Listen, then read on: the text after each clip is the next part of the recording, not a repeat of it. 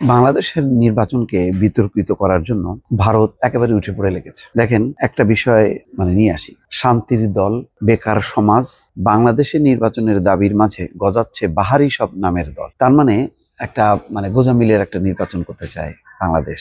সে কারণে কিছু Kings party জন্ম দিচ্ছে, এমনই একটা বিষয়। আচ্ছা, এই যে নানান রকম বাহারি দল, এইসব বাহারি দল আওয়ামী লীগ আমলে সর্বশেষ যে নির্বাচনে ভারত সাপোর্ট করেছিল আওয়ামী লীগকে, সেই নির্বাচনে কি এরকম কিংস পার্টি বাহারি নাম ছিল না? তৃণমূল, বিএনপি আছে, বিএনএম কোথায় আছে?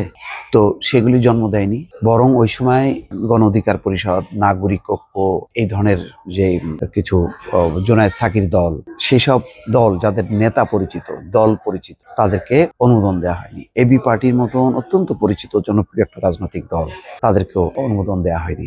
এইসব কথা বলার অর্থটা কি? এসব কথা বলার অর্থ যে তারা এখন থেকে পিছনে লেগে আছে। তারা বোঝানোর চেষ্টা করতেছে যে বাংলাদেশে হচ্ছে একটা গোজামিলের নির্বাচন হবে, আওয়ামী লীগ নাই, আওয়ামী লীগ ছাড়া অন্যান্য দল। আপনাদেরকে একটা কথা বলি, ধরেন না, এবার ধরে নি যে সামনের নির্বাচনে আওয়ামী লীগ নাই, আর কোনো নিবন্ধন দিল না, তারপরও যে নির্বাচনটা হবে সত্যিকারের নির্বাচন, প্রত্যেককে যদি দলগতভাবে নির্বাচন করে, তাহলে সেই নির্বাচনটা যে গত 3টা যে গোলমেলের নির্বাচন হয়েছে, সেই নির্বাচনের থেকেও অনেক বেশি অংশগ্রহণমূলক হবে কিনা, অর্থাৎ ভোটার পার্টিসিপেশন হবে কিনা, অনেক বেশি প্রতিদ্বন্দ্বিতামূলক হবে কিনা, এটা আপনারা বলেন।